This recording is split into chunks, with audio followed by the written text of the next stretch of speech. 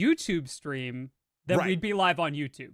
That's, I think, if I'm reading the tech specs correctly, I think that's how this works. Yeah. We also have to celebrate something right away.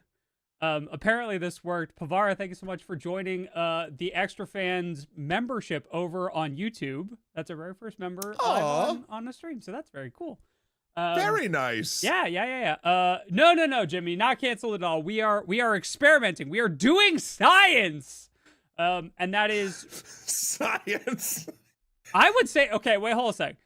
We're doing an experiment to see what the impact on people's user experience of not having a countdown is. That's right.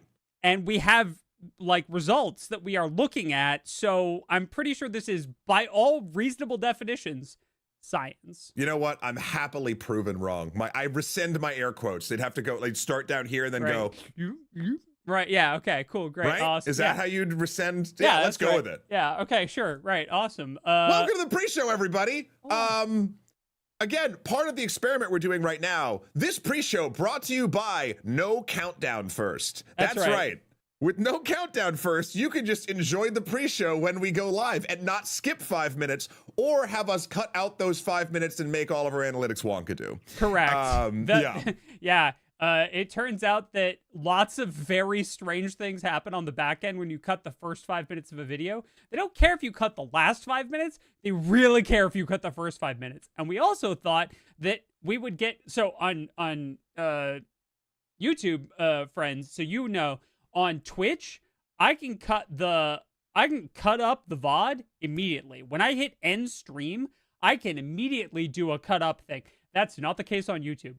We have to wait 24 to 48 hours for it to process because of all of the video that YouTube is processing, and the way that they process it. So we can't do it right away. So I have to end up doing time codes multiple times, and it's no good. So we're just not gonna do that. Not gonna do it. Yeah, absolutely. Hope everyone is having a lovely start to their week. Yeah. We are just moving things around, getting things. Yeah. Lighting the lights. Worst dads in history. Yes, that's correct. That is indeed us, Fireblaze. Hello, how are you? It is really fun. I have had people yell that to me on the street just once. But it was very funny. Okay, that's more times. Like, look. You have the hat, and you are much more recognizable due to much more exposure to our fan base. Sure. I've never been recognized outside of people I knew I was going to meet up with at a con. Well, so you know. So have you tried yelling louder? Yeah. Ifix is correct, by the way. It is not as if YouTube was made with live videos in mind. That's correct. Yeah. And we're I actually scheduled, I'm trying to schedule anyway, a meeting with sort of the live part of YouTube's team to sort of like learn the ins and outs and like figure out what idiosyncrasies there are where. Because otherwise, it's Will and I throwing stuff at the wall and figuring out what sticks, what slides off very quickly, and what takes 24 to 48 hours to re-encode.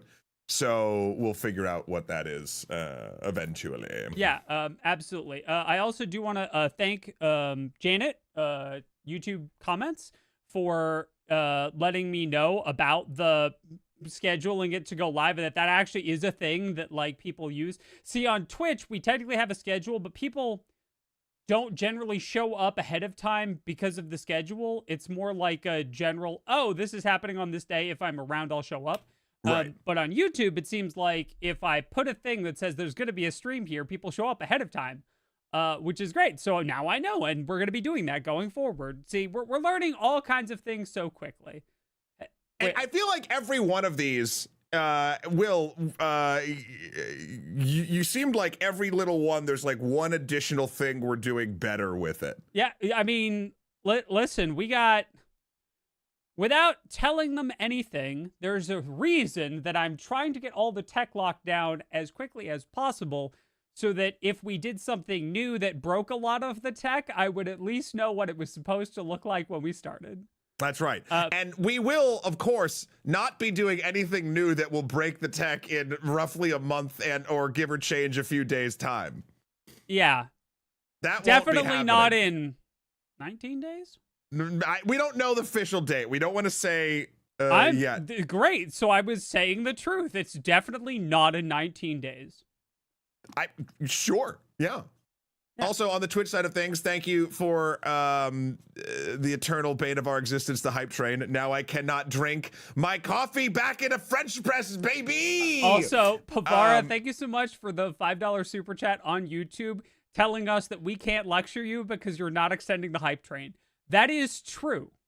That is true. Janet is actually immune from criticism. From the hype train. About the hype train. You're not immune from criticism in general. Like, of course not. No. But like, you're not hyping. So there's no hype. Yeah, there's no hyping apparently over on YouTube. And we've said multiple times, as your two internet dads, I guess we'd be the grandparents to the kids we're talking about right now. Talk to your kids about hype before someone else does. That's right. Because they did it. Yeah, they moved it. Well, you know what I want to get? Well, this would be good for the YouTube side of things. We could put this on the long list down the line. I would love it if that hype train thing that we designed a while ago could show up here, so that when we they just knocked out level 1, we're at level 2, we can show it off. So that way we don't seem like we're crazy to half of the audience. I think I can do it without adding too many bells and whistles. Yeah. But yeah, coffee clones, us Janets are the responsible siblings. No, that's fair. That's fair. And Coffee Clone does have a point. My only worry is that us Janets are missing a precious few seconds of the pre-show. It is literally long enough for me to hit the button, look over, see that I'm live on Twitch, and then look over and press the button and say, go Gadget YouTube. We are reducing that to as little as possible, but I do need to make sure that each of them independently is live. So that's sort of a technical, unavoidable thing. YouTube learned hyping. That's correct. And that would have been the only way that could have been better, Generic, is if you ended it with dads. That's right. YouTube learned hype from watching you, dads. Yeah. Oh, man. Zariah says, and I think this is true, YouTube Live does shockingly well for how janky the back end seems. I do find the chat on Twitch to be a bit better than on YouTube. I think that's very true. I think the advantage on YouTube is the VOD is going to be better, right? That's just sort of like that's one of the big things. If you're not watching live and you have a choice to watch to watch on YouTube afterwards or Twitch afterwards, you're almost certainly going to have a better experience on YouTube, particularly because I can put chapter markers in all of our story titles. If you go back to last week's episode, I've got chapters for every single topic that we talk about, including when the actual show starts. So that's a huge advantage, and it's cleaner and it's less annoying to get to. And like, there's a bunch of advantages for that because YouTube is a video platform, right? And Twitch is Twitch is not, by their own admission, by the way. We did discover this last week when we were that's right. I went to so they have a here's a quick pre-show news story for you. So they have a monthly show called Patch Notes where Dan Clancy, the CEO of Twitch, talks about things that are upcoming. So there's a bunch of stuff, and a lot of it's very boring, and a lot of it doesn't apply to us, like enforcement actions. If you've gotten banned on Twitch for doing something, how is that going to affect your revenue stream? I'll give you a hint. We've never been banned on Twitch, and it's highly unlikely that we ever will be because our PG-13-ness keeps us well within the bounds of the terms of service. We've joked about doing a hot tub stream where Matt and I both wear old-timey, like the blue and white striped elbow and knee-length bathing suits and like straw hats as like a joke, right? That's like the furthest that joke's ever gonna go, right? So anyway, at the end of it, in Twitch chat, the Twitch account said in Twitch chat, if you missed this stream, look for it tomorrow on YouTube. You played yourself. My brother in code. What are you doing? It's so insane. Why? Like, I'm not saying don't put it up on YouTube, but you could just say, like, we're archiving the VOD right here on Twitch, the service that you came to learn about. Yeah. Also, I need to look up a quick thing. Oh, is the magic news coming in hot and heavy? Yeah, the magic. Oh, wow. They've decided that standard can die in a fire. This just in. No bans in standard, despite the fact that Up the Beanstalk and Monstrous Rage desperately need to be banned in standard. No changes. Underworld Breach banned in modern. Sowing Mycospawn and Troll of Khazad-dûm banned in legacy. That makes sense. Troll was one of the strongest starts. It was Dark Writ, Cycle, Troll, Exhume, and then you had like a 6/5 on turn 1. And then a bunch of changes in Pauper. Real quick, also, Sparkling makes a good point. The main reason I watch live stream on YouTube is solely for the live replay, going back a few seconds without leaving the stream. Yeah, that's huge. You don't have to, like, break the whole thing. It can just sort of happen, which is really nice. Yeah. And Pauper, by the way, is a real format again. Basking Brute Scale, Kuldotha Rebirth, and Deadly Dispute banned. Prophetic Prism and a High Tide unbanned. So that's very interesting. Anyway. Well, the hype train has completed. So we distracted them by throwing them news and funny stories. That's right. We made sure that we nipped it in the hype bud. Will, would you like to thank all of the peoples? Grass Vortex, thank you so much for 78 months. Audio Bookmark for 40 months. Alex for 54 months with Prime. Zarad for 100 biddies. Procshay for 100 biddies. Not Cromwell for 60 months. Copper Chef, Kyrian, Luna for biddies. Darkwolf for 13 months with Prime. Luna for biddies. Ranger for 29 months. Roby for 47 months. And that's a hype train. Thank you so much for all of that support. Yeah. Yep. Well, I guess, because I'm under-caffeinated, Will, I feel like we should start the show proper so that we could talk about all these news stories, and more importantly, so I can inject this glorious beverage directly into my body. That seems reasonable. All right, if you're new on YouTube, we're going to go to black for ever so briefly a moment. Panic not. We will return with an intro and the show proper as it is recorded for Nebula. Here is an interesting thing. If we do this and we hit the show open and it glitches because we didn't preload it into the RAM. I preloaded it before you joined. Oh, you did it! You're so good, so it's not going to happen. It shouldn't happen. So 100% chance it doesn't happen. Now it's going to happen. All right, great. Be right back.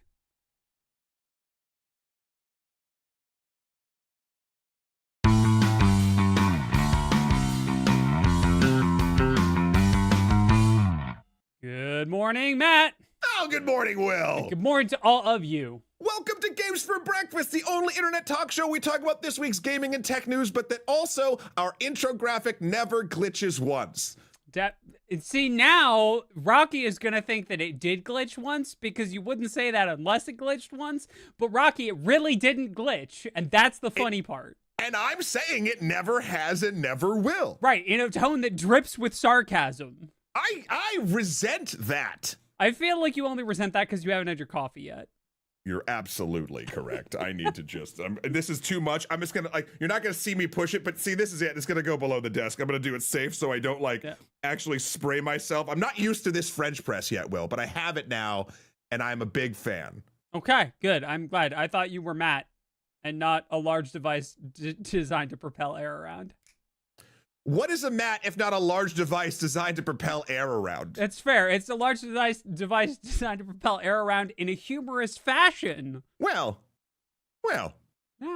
Or a loud one. A loud one enough. I'm going to go with humorous. I'm going to say that your humor is more important than your volume. Oh, well, that's very sweet, Will. Will, how was your weekend? It was really good. It was really good. Very, very happy. Lots of nerd time. I'm all prepared for the Final Fantasy XIV Savage tier, which drops tomorrow. That's right. And the world first race starts tomorrow, and we hope it doesn't end tomorrow. Because the last one was fast. This one, based on the normal raids, is going to be much longer. So that's good. My hope is that they haven't cleared the second raid by the time I wake up, but we'll see. So that's wake up a little early. Yeah, I'm not waking up early. No. That's crazy. I got woken up early this morning by people working directly outside my window on a thing that's been broken for years. So, not really feeling the waking up. My dreams? No, Matt, it was my will to live. Anyway, it's your will. It's Will's will. Man. Right. And I got to do a bunch of competitive gaming this weekend. I finished out the Magic season because I'd forgotten to play in the Magic season, the ranked ladder season at all. So I finished that out. And I actually got to play some ranked rivals. And the game didn't crash and nobody abandoned, which are both have historically been rarities for me. That's good. Yeah. That's good. Nice. Yeah, I got to play a game this weekend. I got to play Split Fiction a bunch. Oh, interesting. Jamie and I played that. It is an absolute delight. I will say real quick, mini baby tiny review of Split Fiction. It is a very polished couch co-op game that you can also play with your online friends if you'd like, by the people who made It Takes Two. Also, I love the fact you can own one copy of the game on your platform, and another person can just download it for free to play with you. But it's about two writers that get sucked into their own stories, and it's funny because I'm not normally a fan of stories about writers. I don't know what it is. They just always kind of bounce off me. But this is the right level of like clever character study mixed with like current day slight cringe and like real like odd little tropes that like shouldn't work, but the perfect mixture of all of those things make them work very, very well. It is an absolute delight. And if you have someone in your life that you like playing video games with on a couch next to them, I highly suggest Split Fiction. It is lovely. If you have someone that you don't like playing video games with and you want to get into fights with constantly, as always, I recommend Bread and Fred, which is the most adorable rage game you've ever played with a friend. It's about two penguins trying to climb a mountain and trying very hard not to murder your friends. There you go. Coffee is telling me, not my beverage, Coffee, the viewer, is telling me that I mentioned this last week. Apologies / you're welcome, because it's that good. Yeah. Split Fiction has been, Split Fiction also, and this didn't make the show notes, got 3 Guinness World Records all at the same time for like co-op games. Oh, that's cool. Now, I will also say that they're Guinness World Records that were designed almost seemingly with Split Fiction specifically in mind. So, you know, jury's out on whether that was a publicity stunt or not, but it is kind of cool. Another thing though brings us to a very mini story that I got to do this weekend that I don't normally like tooting horns. But if you are not familiar with this yet, Rocky over on Nebula, I'm sure you are. Abolish Everything is a phenomenal show over on Nebula that is basically PowerPoint presentation comedy that gets basically someone has to go up and try to abolish something and pitch it to a live audience recorded at a comedy club at Caveat in NYC. And then a panel of the establishment of 4 other improv comics basically like come at that person hard to try to dismantle the argument. This weekend on Friday at the 10 p.m. show, I got to record my set. I've been mentioning this was coming for a while. I have not done stand-up in New York City in I think roughly 13 years, over a decade.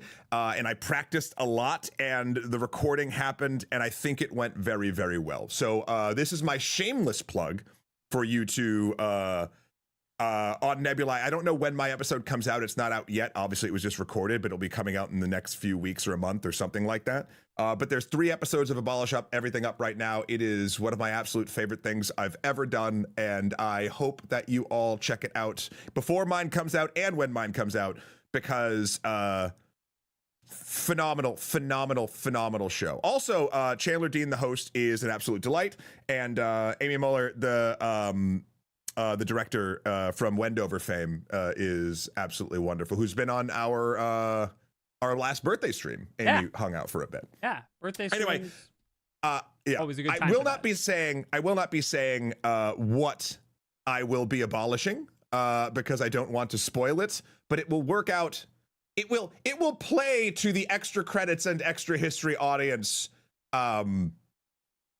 quite well. I will say that. So please check that out. Obviously use code extra credits if you're going to join up for Nebula. But oh God, Will, it was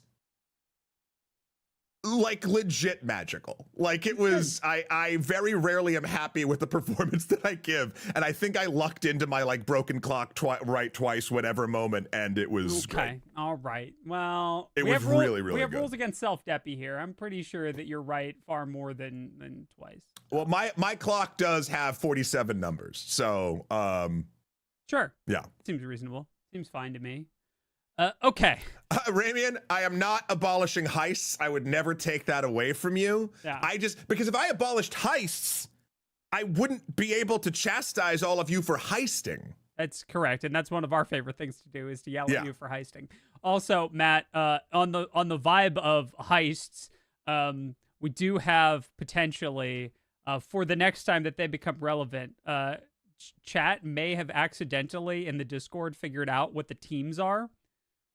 You see, Team Order. So if you've never been to one of our fundraising streams, there are two teams, Team Order and Team Chaos.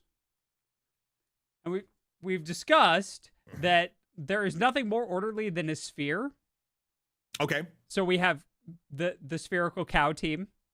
Yep. And then there is nothing more chaotic than the notion of an entire island of crabs crab raving. So it's Team Crab. Yeah, I mean that makes a lot of sense. Team Cow and Team Crab. That's what it is now. Yeah. Okay, great. Excellent. Oh, I like this. So you're saying this show is going to be the heist of comedy? It's bringing a lot of it. And I'm not going to say where it was procured from. For legal reasons, heisting notwithstanding. Yeah. Anyway, that was just a quick self-promo thing I wanted to do at the beginning of this because it was an absolute delight, and everyone who's making that show is awesome. So yeah. All right. It fell off the truck. Lieutenant Dan, you're right. Look, as truck experts. As graduates from Truck U, home of the fighting trucks, go trucks. That's right. I think that is highly accurate, and that's a nice transition to bringing us into the world of video games, don't you think, Will? That's We're correct. trucking right into it. Well, I was gonna say that speaking of being a stop clock being right twice a day. All right, everybody, I'm gonna need you to bust out your red string, your cork board, your everything. I'm gonna need everyone to suspend your rational thought for just merely a moment and go with me down this rabbit hole. I genuinely think this one might be something. Silksong's metadata has been updated, and that's not new because the internet collectively loses their entire mind every time Silksong's metadata gets updated. Sure. However, there are the two pieces of metadata that were updated in this case actually lead towards some reasonable speculation. In this case, the two things that happened were, one, its description was updated to mention Game Pass. That's kind of weird because it was mentioned several years ago that it was going to be a day one on Game Pass deal with Microsoft, and then the Steam listing was never updated to reflect that, which was weird at the time, and now it finally has been, seemingly for no particular reason. And then the other big one is the copyright date was updated to be 2025. That feels like more of a something than any other thing thus far. That is my thought as well, is that updating the copyright date's the big deal, right? That is in fact the focus of my they've actually updated things. So yeah. The most likely time, and we're going to be talking about this a lot throughout the show. This is if you haven't guessed if you're in the VOD, you will probably have guessed by the thumbnail. That's probably going to be a Switch 2 thumbnail that we're talking about the Switch 2 a lot this week. But what if it's not? But what if it's not? What if it's one of our other stories? It's true. It could be. Now you've just made me look like a fool. Huh. No, not at all. What if you're right, Will? Then you'll be known as a prophet. That's true. That's right. Will, prophet of thumbnails. Prophet of thumbnails. Put that on the business card. Right. Yeah. The most likely time that it gets we find out more information is during the Switch 2 live stream, because that is likely, though not certainly, when they will announce day one games, right? That is almost like announcing the system is cool, but that's not what sells systems, right? Announcing the games that will be on it day one will be part of what sells the systems, because Nintendo is the only company that's still running on exclusives. Now I'm not saying Silksong. PlayStation kind of does, but they're timed exclusives, I would say, because 9 times out of 10 at this point, a year later, it at least comes to PC. Right, and Switch has real exclusives like permanent. You can't. Locked in. Yeah. So, yeah, I think that might be something, but either way, we'll find out soon. And now I've reported on the red string. I just love. Listen, Will, you are our resident.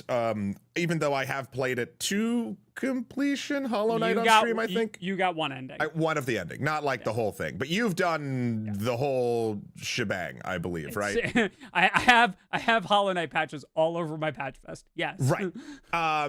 So you are the resident Hollow Knight connoisseur here, and Silksong has been a thing you've been talking about since before. I think probably the first conversation we ever had was probably about Silksong. So I trust your wild speculations is what I'm trying to say. I'm not saying anything. I'm telling people what's possible, and I'm reporting on the red string. I'm not trying to overhype it. It's already been hyped to hell and back. So we're just holding out hope. All right. Next up, Matt was really spicy this morning when he did the image. What are you talking about? What are you talking about? Nah, nothing. What are you talking about? Nothing at all. Listen, it's just two good friends splitting off a piece of one of themselves and for $1.25 billion, and then but like not getting any control. Like this deal, Tencent just bought a chunk of Ubisoft, but they did it in a really weird way. Not in a weird way, in a, what's the word I'm looking for? Feeling like an overly complex way, which heck, when you're dealing with that much money, maybe it does have to be complex, and I'm just being a little hater. Will, this story comes to us from gamesindustry.biz, and basically what it does is, through this cash infusion, Ubisoft has split a basically a subsidiary based upon Assassin's Creed, Far Cry, and Rainbow Six. They're dealing with what that will still be named. I don't think what they know what that is, but like that's the part that I believe Tencent bought into, but it's still a minority share, and it still answers to the original family behind Ubisoft. So Matt, what you're telling me is they put 3 cards on a table, and one of them's a queen. And if I can find it, then I might actually have some idea of where corporate ownership of these IPs has landed. But the trick is that the queen's not on the table by the time the cards finish moving. I have no idea. I truly do. This is okay. Regardless if this deal is great or not, I think Ubisoft's stock prices was tumbling, and I know that Assassin's Creed Shadows has been getting. We're going to talk about it, I think, next. Yeah.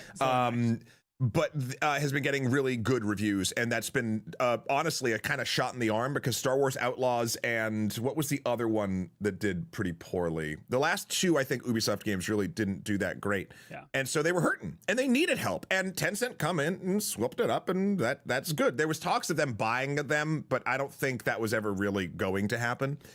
The thing that got... Oh, sorry? I think a lot of people throw around, well, X is just going to buy Y, like that's easy to do or desirable for the companies involved. Not like that it's ever desirable for us, right? Because we've talked about the more that corporations consolidate power, the less the consumer actually has a voice or is heard.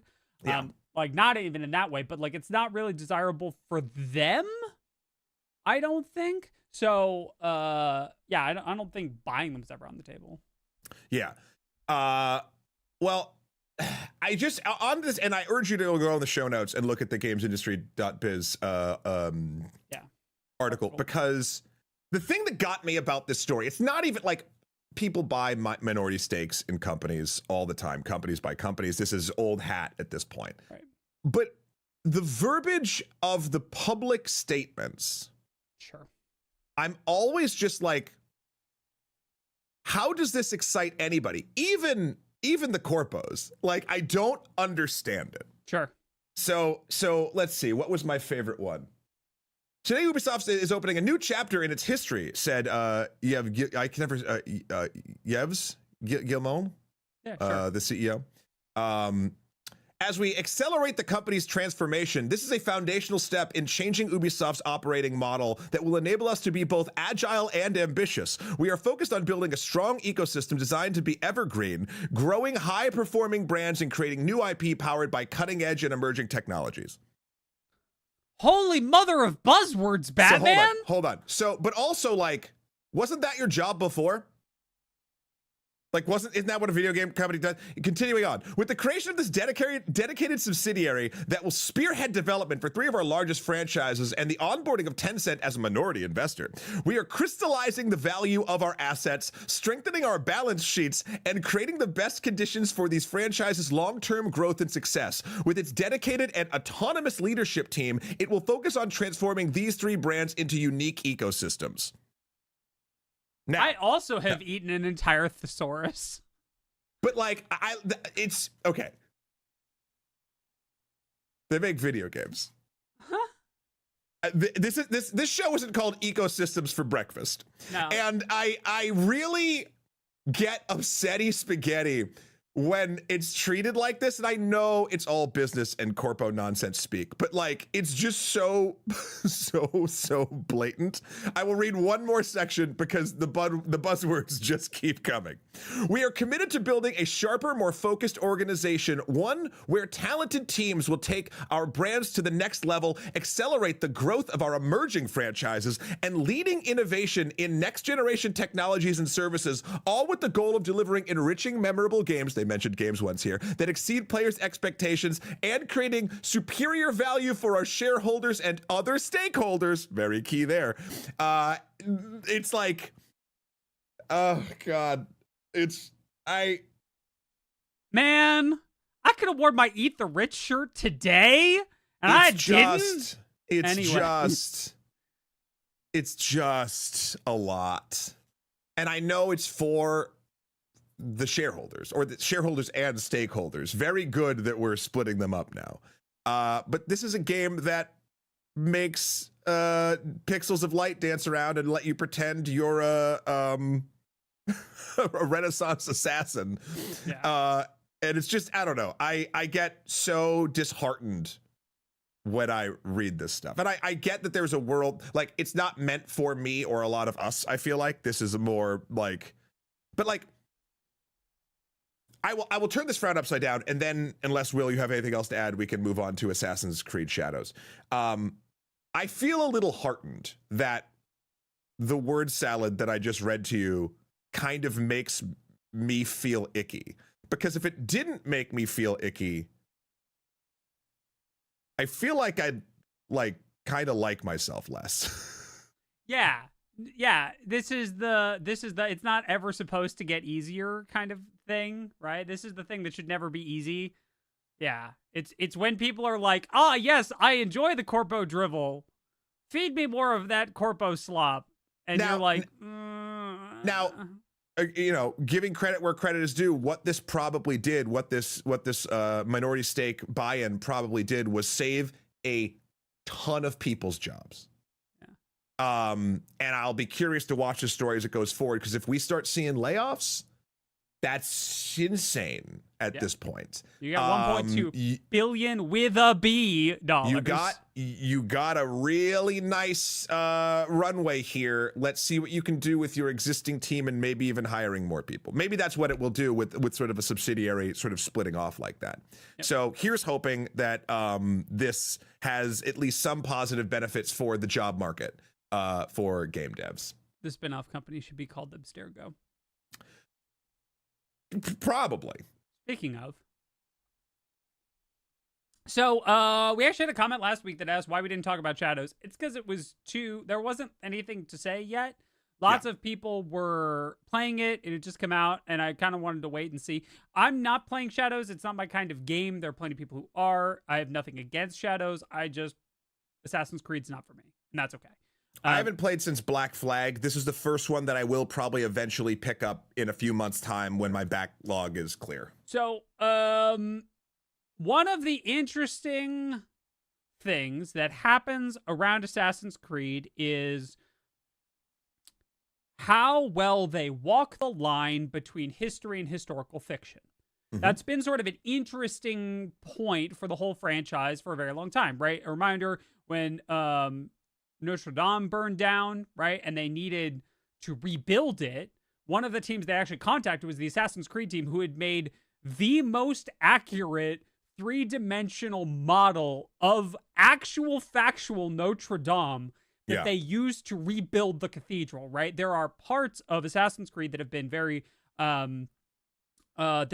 historically focused, that have taught things about history. That's really cool. But there's a line where, like, I hate to break it to you, I guess technically spoilers for which one is it? The one in Greece. It's not Origins. Odyssey? Odyssey. Thank you. Spoilers for Assassin's Creed Odyssey. You don't get to become immortal by possessing the staff of Caduceus, like the staff of Hermes. You don't. That doesn't work. So, like, well, I mean, Assassin's Creed has always had a little bit of like magical wonkadoo in it, along with a bunch of science fiction. Abstergo and the Animus, is that what it's called? Correct. They are entirely, obviously not real, unless we're thinking we're in the world of split fiction, in which case, who knows? Yeah. But in the ones I've played, and I played 1, I played the Ezio trilogy, I played 3, and I played Black Flag. And what I really liked was the references to history. Yeah. Like the game sets itself up to not be like even though they're elements of the game, for instance, their geography and their architecture, as the years have gone on, they've become more and more like wanting to be exacting with that stuff. And that's awesome.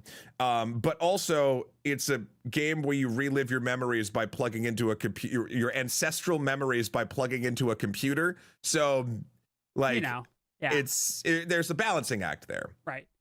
So one of the things that I was kind of interested to see is, and this is weird, what Japanese gamers thought about the game set in a historically fictionalized version of Japan.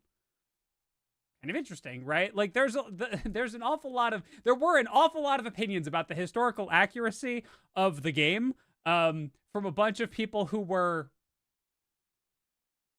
I'm going to be somewhat tactful here, beyond incredibly butthurt that a character who has major references in actual Japanese history was included in a game about Japanese history. Okay. But the reviews from Japan are pretty good. Generally, people seem to be enjoying it. It's selling really well. The only other Assassin's Creed game that's outselling it that it hasn't outsold is Valhalla. And there's a reasonable argument to be made that Valhalla is not a valid comparison because pandemic lockdown. Valhalla released during pandemic lockdown, and people were consuming digital media at an accelerated rate. So we do have to take that into account. But Shadows is doing pretty well, and people seem to like it and think that it strikes a good balance between actual history and the fun historical fiction that we all love out of Assassin's Creed. And there's been a few interesting things. I believe there was a patch because there were shrines that were not like a quest or anything, but like destroyable. In the game, and I believe a few folks, I might have even been the government. I don't remember the story. Spoke out in Japan, being like, "Hey, that's not great," and so they just patched it and made the shrines indestructible now, which is great. Yeah, like it does. Yeah, there was a bunch of. I'm gonna say enthusiastic dialogue about it. AKA people shouting at each other on the internet. And my thought on that whole thing is kind of that a lot of people are missing a big chunk of the point, right? That someone said, hey, we've historically had problems with people not understanding appropriate decorum in shrines in Japan, which is true. There have been cases recently even where shrines have been discouraging visitors who are not actively like worshipers at the shrine because of the impact that tourism has had on these places. Right. And a lot of people were like, but this is, censorship or whatever. I was like, no, they asked the artist to change the art to help avoid an unintended real world impact. And the artist said, yeah, seems legit. And they did it. Yeah. Like, that seemed like a good move on my, at least in my mind, right? Like, artists are allowed to change art when their art doesn't have the real world impact that they want it to have. And whether or not we like Ubisoft, which is an entirely separate question, in this case, they are the artists in question, and Assassin's Creed Shadows is a work of art that they made. So, we love a whoops are bad. Correct.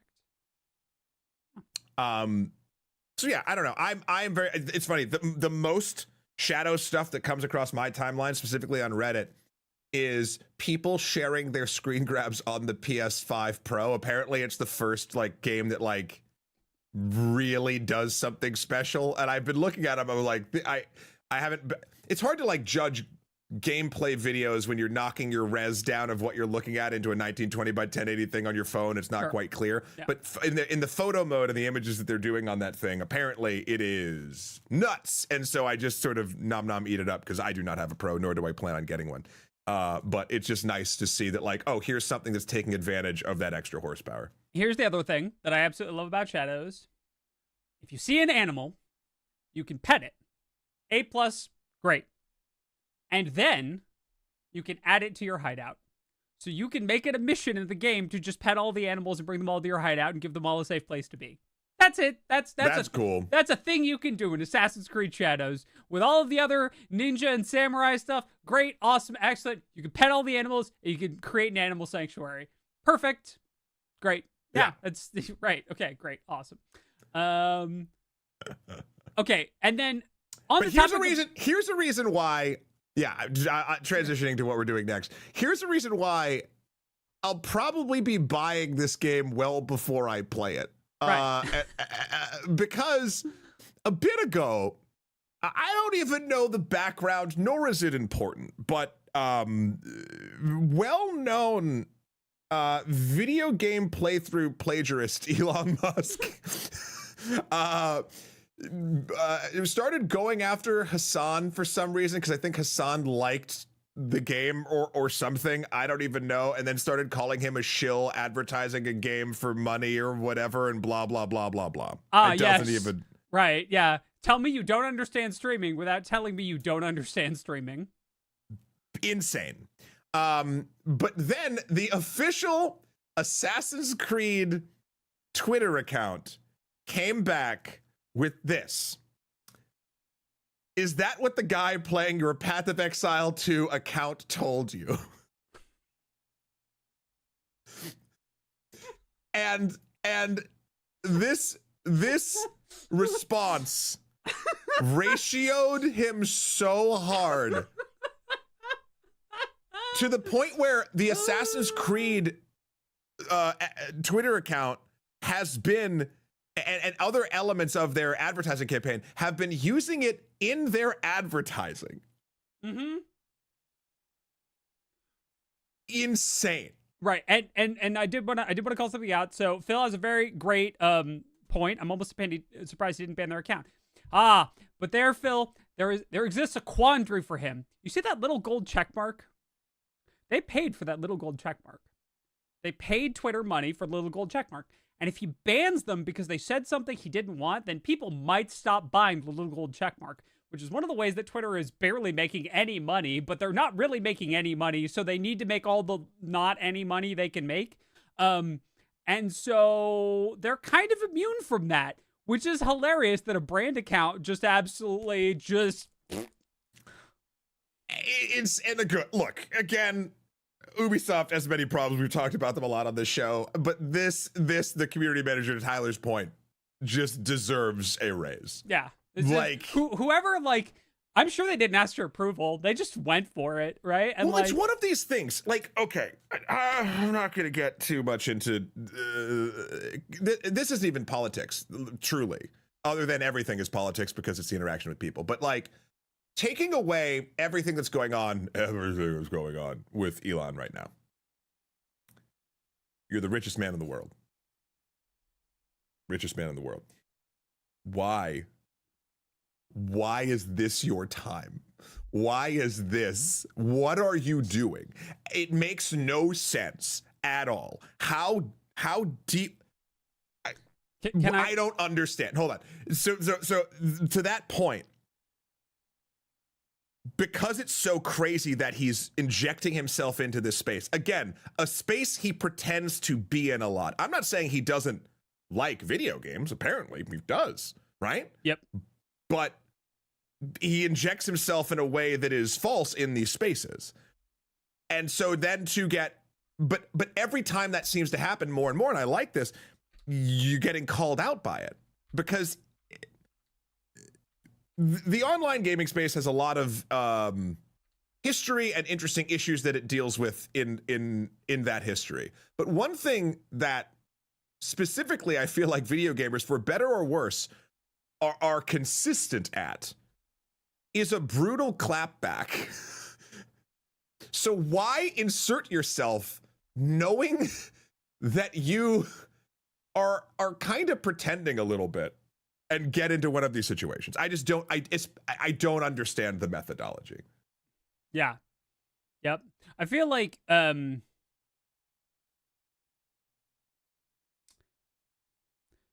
my mind, the thing that Elon is chasing now is things that money can't directly buy him. He's chasing cred and respect. And so when someone disrespects him and questions his cred all at the same time, it really stings his ego, right? Because if it could be bought with money, he'd buy it, but he can't buy this. Yeah. No, that's a very good point. And the interesting, it's so funny because you're looking at all the things that he can buy, political power, all this other stuff. But the gamers are keeping one tiny, granted, an extremely inconsequential element in check, but it's obviously bothering him. Yeah. Oh yeah, absolutely. 100%. Anyway, I don't want to keep going on it. It just, I will be buying a copy of Assassin's Creed Shadows much earlier than I think I was going to. Kudos to you, heroic community manager. Brava. Matt. What do you got? Do you remember? Do you remember? Yes, that. The old Real Men of Genius commercials. Oh, the Real Men of Genius. Yeah. Yeah, right. Real Man of Genius. I want to write one for the Assassin's Creed community management. Here's to you, Assassin's Creed community manager. Here's to you, Assassin's Creed community manager. Anyway, this bit brought to you by We're Too Old for This. Oh, yeah. All right, next up, in a very rare move, Blizzard is rolling back some, at their discretion, hardcore deaths. This is kind of a change in policy from Blizzard, and I think it's largely due to OnlyFans, but I don't follow enough WoW to know for sure.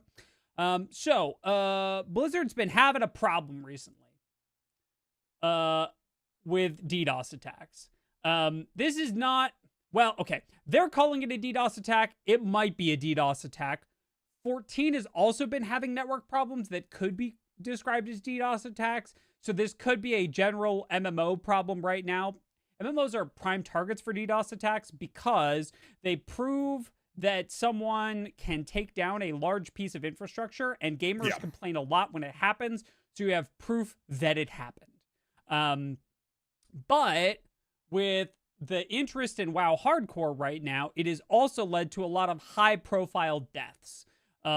Where people have lost their characters because lag happened at the wrong time. I'm sure if you've ever played an MMO, you can absolutely imagine the moment where, 2 seconds of lag, a second of lag, means that you go from, oh, everything is fine, to, oh, I'm extremely dead, right? And it's not your fault. You can't do anything about it because you lose control of your character and then you die. So, it is kind of interesting to note they are walking back this very, they had a very strict policy. We will not roll back hardcore character deaths ever. And then recently they've kind of put an asterisk on that. And it's, unless we think it was kind of unfair and it was probably the result of a DDoS, and then But weirdly, they've also not done it for things like mages teleporting or like blinking and clipping through terrain and falling forever and dying in the kill plane below the map. That won't get your character revived, but this will. So I'm not an expert on these things. I don't play hardcore MMOs because I don't have time for that. But it does feel a little weird and inconsistent that this is what they're deciding to do. I thought, Will, at some point, because I bet you, due to chicanery, we should play WoW hardcore for like an afternoon. Like, there's no way we don't die. Do you know what I mean? We could even get maybe a bit of the community together on like one of the servers, one of the days, and be like, all right, everybody, here we go. And just see what happens. And the stream goes until we die. I unfortunately feel like that might take longer than we want it to. Not if I have anything to say about it. Okay, that's fair. You've played WoW before, and I'm savage rating in 14 and looking into getting into ultimates. So it's not like we lack raid experience or MMO experience. So, kind of interesting. Anyway, I have not been remotely interested in playing something WoW related. Well, I play Hearthstone, but I mean like an MMO before classic hardcore. There's just something about that lets that dragon I've been chasing since WoW and I had time to play an MMO. I don't know. It just seems like something that could be pretty silly and fun. Thunder remains upset about this, by the way. This was an entire expansion ago, and I walked into a move and didn't get hit. Like, I walked bodily into a thing because I got a little confused with my left and right. That happens sometimes. And there's a move called, there's a move that's Cinderwing, and it's either left or right. And I was very sure that left was right and right was left. And I walked right into it and nothing happened. And Thunder has never let me forget it once. Well, that's what happens. Anyway, rolling this back, I do think that this is a good move for hardcore. The problem that it does for Blizzard is now they're going to be inundated with a lot of messages for people wanting their hardcore characters revived. Yes. Some probably for legit reasons and others for not. Like, they've opened the floodgate now, and I hope that they have something in place to kind of deal with that. Because again, God, spending days, weeks on a thing and then having a clipping through a floor or something to kill you is kind of insane, to the point where I don't know if I would actually play this game without a visual record going. Like recording gameplay.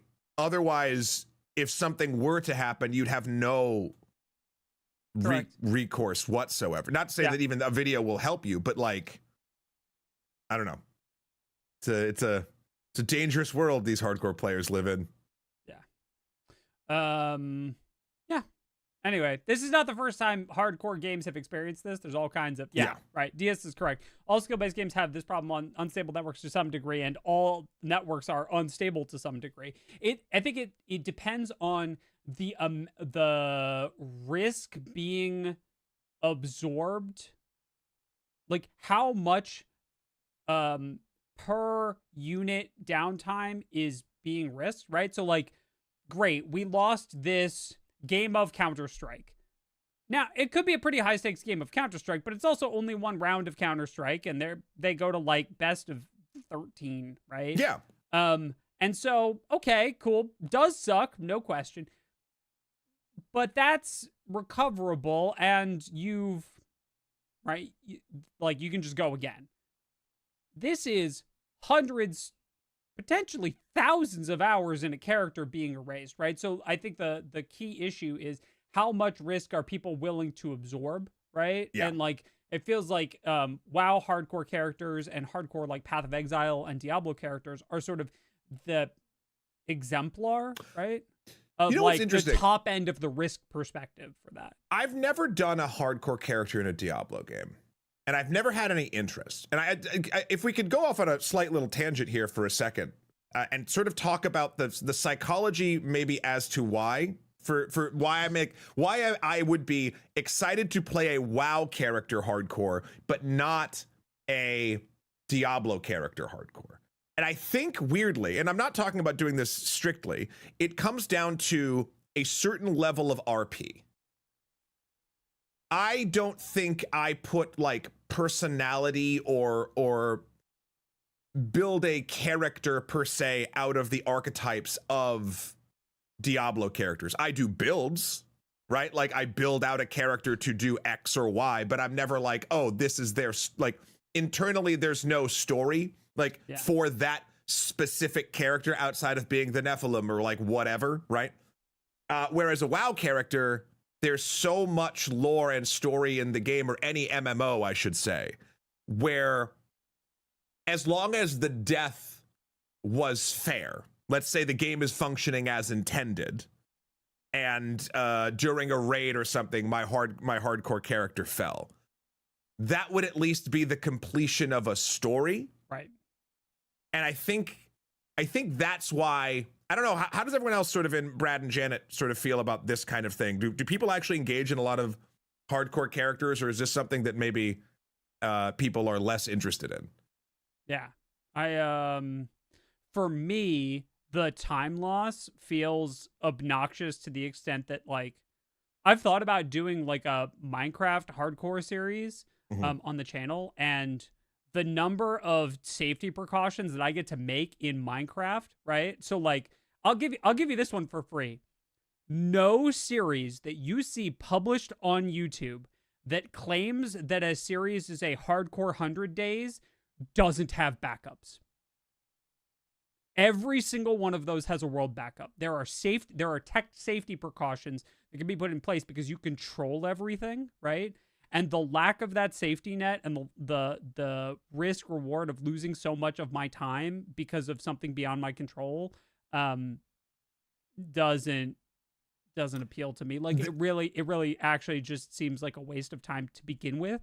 Well, so this is kind of my thing, and I think, and we can move on after this. Just I don't want to stay on here too long, but like I find it fascinating because like I agree with you completely in Diablo or in a less story-driven game. Sure. Because that is my character and my build is a direct representation of my time. Yeah. Whereas, and you can play WoW this way too, but I think there's an MMO, but there's also like just an interesting thing from the RPG, like the actual role-playing perspective of these characters.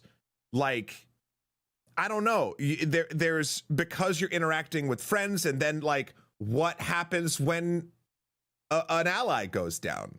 Like there's something, and again, it's not like you're writing a story like that deep along with it, but there are sort of emotional ties to it. And while I think I would be disappointed if I had played 3 months with a character and then it died, I think because of the nature of what World of Warcraft meant to me and sort of where it sits in my sort of public, in my mental zeitgeist now, I could also, once I got beyond the frustration of the moment, be like, well, that's, as long as it was a fair ending and not a DDoS attack or clipping through the floor or any of that stuff, then it would be kind of a beautiful gameplay experience. And I don't think I would consider it a waste of time. Yeah. But I'm still trying to figure out the line where that is. I love Red's take on this. When I'm driving, I don't buckle up because of my driving. I buckle up because of all the other drivers. Same with hardcore MMOs. Yeah, there you go. It's particularly noteworthy. It is particularly noteworthy that this would never work in 14 for one simple, inescapable reason. Healers have a button. That button is called rescue. It pulls anyone in your party to your location by the shortest path possible, even if that path would get them killed. Doesn't work in 14. Every healer has access to that button. There's too much possibility Sure. for griefing. There's already problems with griefing in 14 because of it. I've seen people eat 10-day bans for accidentally rescuing a tank with a tank buster into a party, like genuinely not on purpose. And Yep. Question for Matt: are you Alliance or Horde? I was mainly Alliance. Okay. I had many. I guess they're all still there characters, but I was mainly Alliance. Yeah. Anyway, we can move on. I found this story fascinating because I wanted to dive into the psychological elements of a hardcore character in various games. I think it's fascinating and kind of in a world of, and again, I truly, from a time perspective and from a million perspectives, I want games to have safety rails and backups so that you don't feel bad playing them. They're supposed to be fun. But it is nice that there is a mode that can give you this experience of danger. I don't know. It's neat. I dug it. Absolutely. Okay, so we've got less than a minute until ads roll in, so we'll stay here and won't start our next topic just yet. A reminder, if you're new over on the tubes of you, Twitch gets ads at the top of every hour to keep the stream pre-roll free, so that when people come in and join and hang out, they don't get slapped with a minute of pre-roll ads, which in my opinion is the worst thing that could happen to someone coming in. So instead, Matt and I will do ads for things you can't buy, while some part of Twitch chat receives ads for things that you could buy. So we're gonna sell you stuff while they get sold stuff, and then we'll return to our regular scheduled content after that. Specifically, you'll never be able to get the stuff we're selling you, nor is there any exchange of monetary compensation for goods and or services. Right. It is completely false and an exercise in our own futility. That's right. Yeah, I like ads because you can't be what you can't buy. True. Yeah. True. Yes, by the way, Micah is correct. Micah recognized the screenshot. Yes, this is moments before disaster strikes with Leroy Jenkins.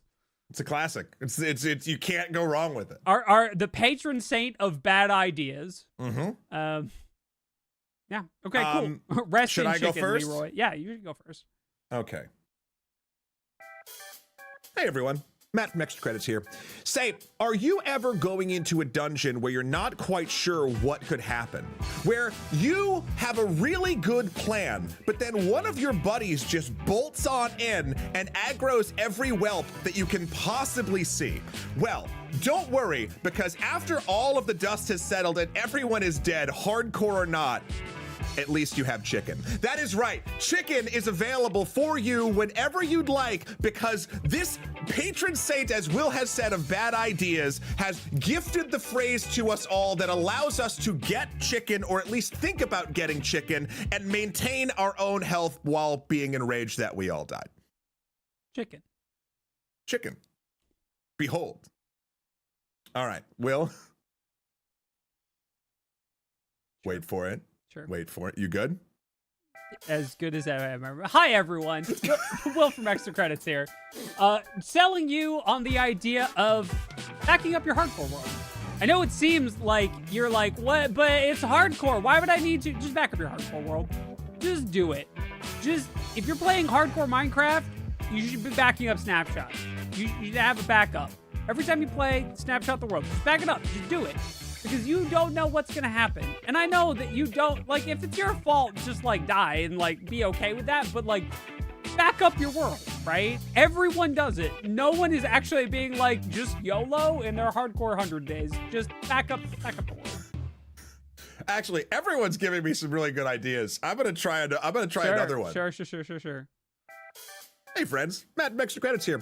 Have you ever lost a hardcore account or world in any of your games? Well, introducing to you Matt and Will's Hardcore Mode Insurance. That's right, we will come over and take Polaroid pictures as fast as we can of your computer screen so that you can send hard physical evidence if something were to go awry with your hardcore character or world to whatever societal company runs that actual endeavor. Because if you don't have hard evidence, listen, you don't know what can happen. And in a world, and dare I say, a business model that is intrinsically linked to fear, you can't not afford to pay us to pay those photos. So do that, please.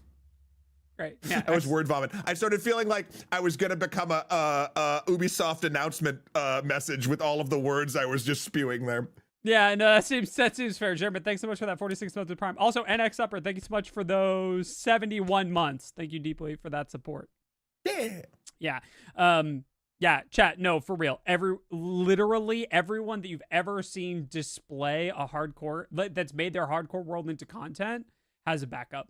Because if they've done content planning, they've got a backup. As someone who does content planning around things, backups. And I'm not talking about like save scumming for if they die in a weird way. Like some people do that. I'm talking about if your world crashes while you're flying and you die, right? Like I was playing on a Cobblemon server and I was flying around and there was a misconfiguration in the world and most people could fly most of the time just fine on flying Pokemon. And I was flying in the Nether. And then the game decided you're not allowed to fly anymore for no particular reason. We've never figured out why. And I just got dropped into lava. Now, mercifully, I didn't die because I had a totem. But hey, stuff listen, happens. Has your hardcore game ever caused you to glitch and fall into lava and die? Then you're going to need a pretty good lawyer. And you don't just need any team. You need the Eagle team. So yeah. I don't know. I don't think Devin represents hardcore. Hardcore game losses. Maybe. I'll talk to him. Maybe it's a new business. Yeah, branching out, right? Hey, Devin, we got this pitch for you. Pitch him at the birthday. It'll make you $7.50. We're entrepreneurs here. This is what Tree Fitty has inflated into, by the way. $7.50. Yeah. All right, great.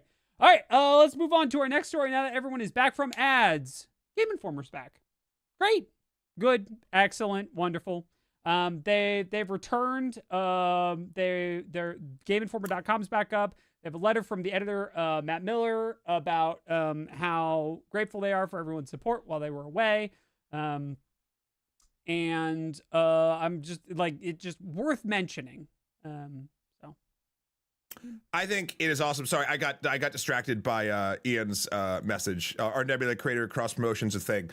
Sometimes, actually, before we were on Nebula, we did a cross episode with Devin about voting stuff. This was years ago, and we've done stuff with Tier Zoo and a couple other things. But yeah, the Nebula group is awesome, and whenever we get to do fun things with the cross motion stuff, it's very fun. Sorry, Game Informer. Will, did you read Game Informer? Occasionally. I feel like Game Informer was not as seminal for me personally as EGM. Sure. However, in my young life, I always saw Game Informer in like stores, and it always seemed shinier. It always seemed bigger. It always seemed kind of like more premium in a weird way. And I didn't always have, because I couldn't like afford to get it all the time, but whenever I could, I really did enjoy Game Informer. And when they shut down, 7 months ago? That sounds right. Yeah. And also Filipov hits the nail on the head too. Ooh, get in there, do the thing. The demo discs were always really, really fun.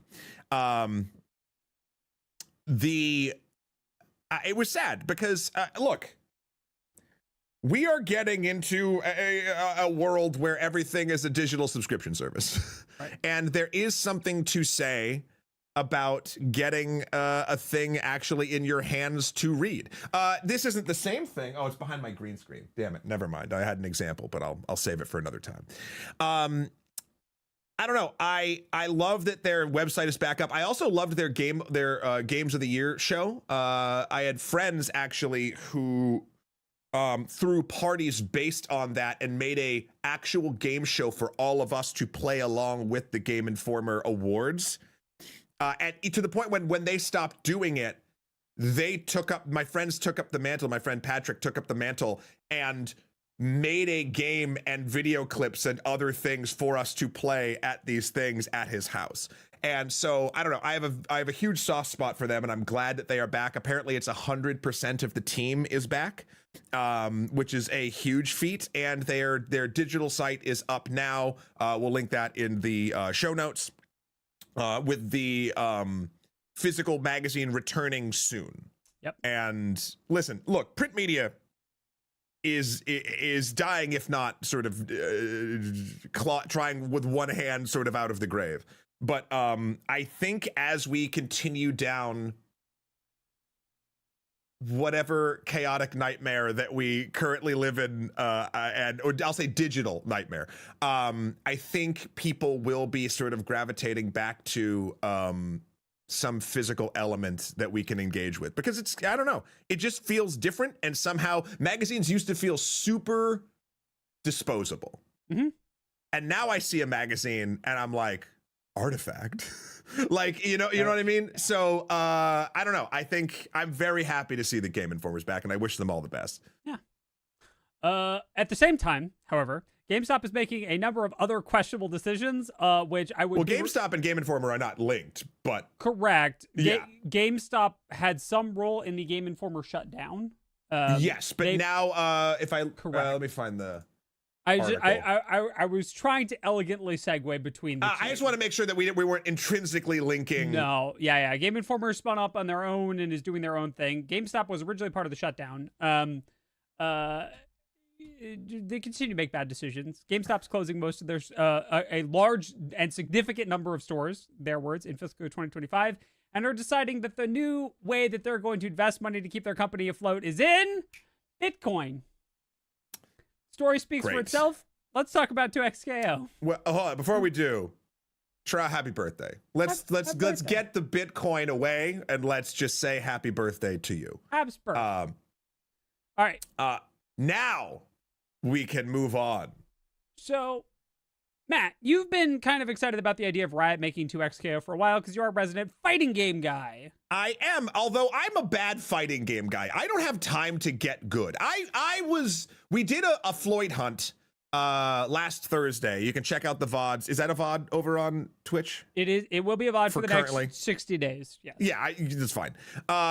Where you have to do in Mortal Kombat 1, you have to do a bunch of between 37 different secret things. You have to do 10 of them that boot up and change every time you start the game to fight a ninja that is pink named Floyd, who wiped the floor with me once we got there. Took Matt's face and wiped the inside of the screen. I did, however, beat him one round, but that was not enough. And I love fighting games. If I had time and wanted to get competitive and was 1,000 years younger, fighting games would be the game that I got into. I used to run my local arcades with Mortal Kombat 2. I love the fighting game community, and I wish I had more time to be involved with it. I also know a bunch of people that love League, and their characters seem very, very fun, and I just can't really get into MOBAs are a hard thing for me to sort of dive into. And so with this in mind, with Riot's fighting game, which has been in development for a couple years now, I've been extremely excited. And the news just dropped. I have to make sure I can get to the right. So 2XKO, which is what they're calling their fighting game right now, is going to launch with 10 playable characters. Now, that seems in today's day and age like a bit of a small roster. And if it was a different business model than what they were going for, I would say that's a little odd. But this has also been truly a very small team, from what I understand, inside of Riot working on this, along with some pillars of the fighting game community, to really try to make it something that is both accessible and deep. They're going a lot of the Street Fighter 6 route with the simplified controls, so you're not doing quarter circle back nonsense for everything or whatnot. And the question that this sort of arose around an IGN article, which we'll link in the show notes, was, is this enough of a character roster to launch a game with? I think it is based on their monetary model, which is, I believe it's going to be a live service game. I don't know if it's going to be free to play. So like everyone would start with these 10 and then you could unlock more?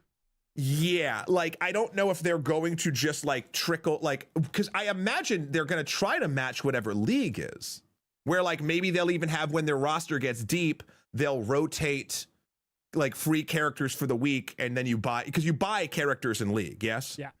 Yeah. Either with currency you've earned from playing or with real dollars. Yeah. Okay. It's going to be free to play, 13 says. So, Yeah. And so I looked because I knew we were going to get this exact comparison, because I knew that this was going to come up. OG Smash had 12. Right. Now, there's a big difference, right? Yes. OG Smash had 12 forever. OG Smash still only has 12 forever, right? But this is Riot, so it's a live service game, so it's not going to end with 10, right? I also think that 10 is probably a good start for 10 different, among those 10 representing a variety of different styles of character, right? So Sure. far we know the following characters will be available on launch as part of those 10. Ari, Echo, Yasuo, Darius, Alawi, Braum, and Jinx. And those all lend themselves to very different styles of character, right? Mm-hmm. Darius, and to be very clear, when a lot of fighting games started, this was the size of the roster. Mortal Kombat had 7. Street Fighter 2 had 10. Like, and I understand that it's a growing, like it's an arms race in a certain sense, but like, I don't know. And then Smash, had 12? Yeah. Right?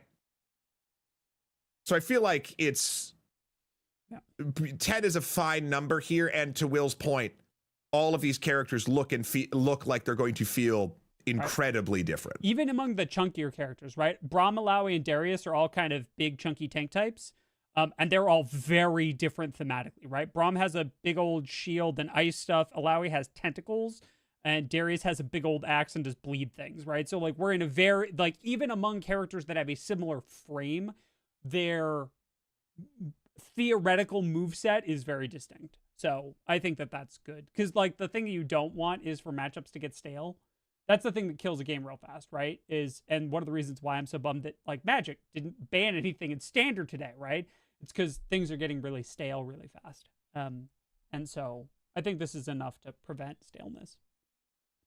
Okay, next up, a brief note. A brief note. Monster Hunter Wilds is getting title update 1 this coming Friday, April the 4th. Please look forward to it. They're getting new monsters. There's a bubble dragon.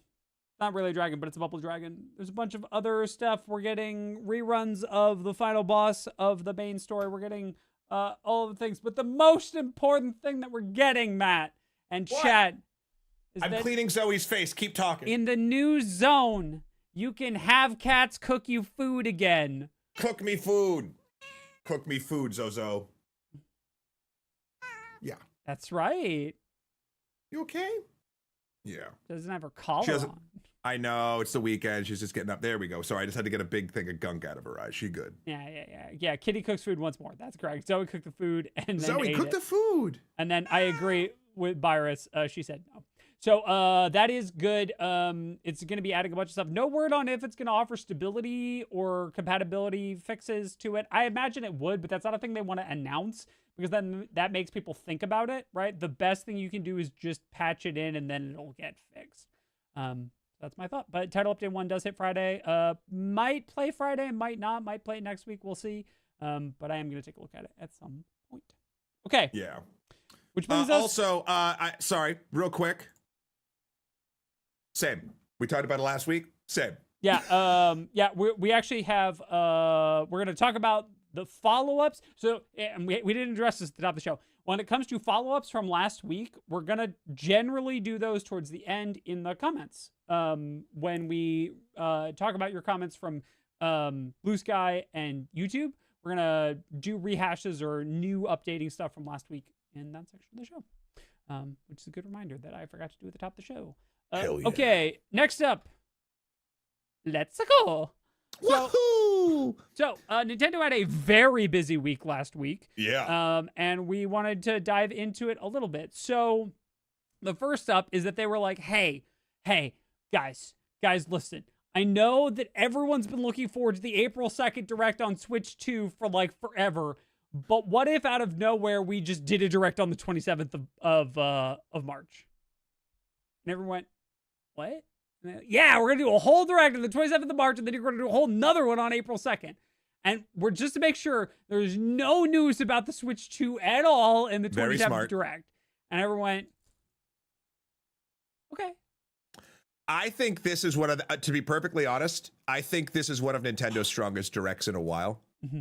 Like, I think they came out swinging for the Switch 1, which is the exact way you want it to sort of like begin the end of its life cycle. Right. I think so. First and foremost, I don't know, was there anything, Will, specifically, and Brad and Janet, please chime in, that you were excited about from this announcement from a game perspective, or did anything really touch your Metroid 4, take your fancy? Metroid Prime 4, always obviously, right. That's a big one. I do at some point want to go back and replay Prime 1.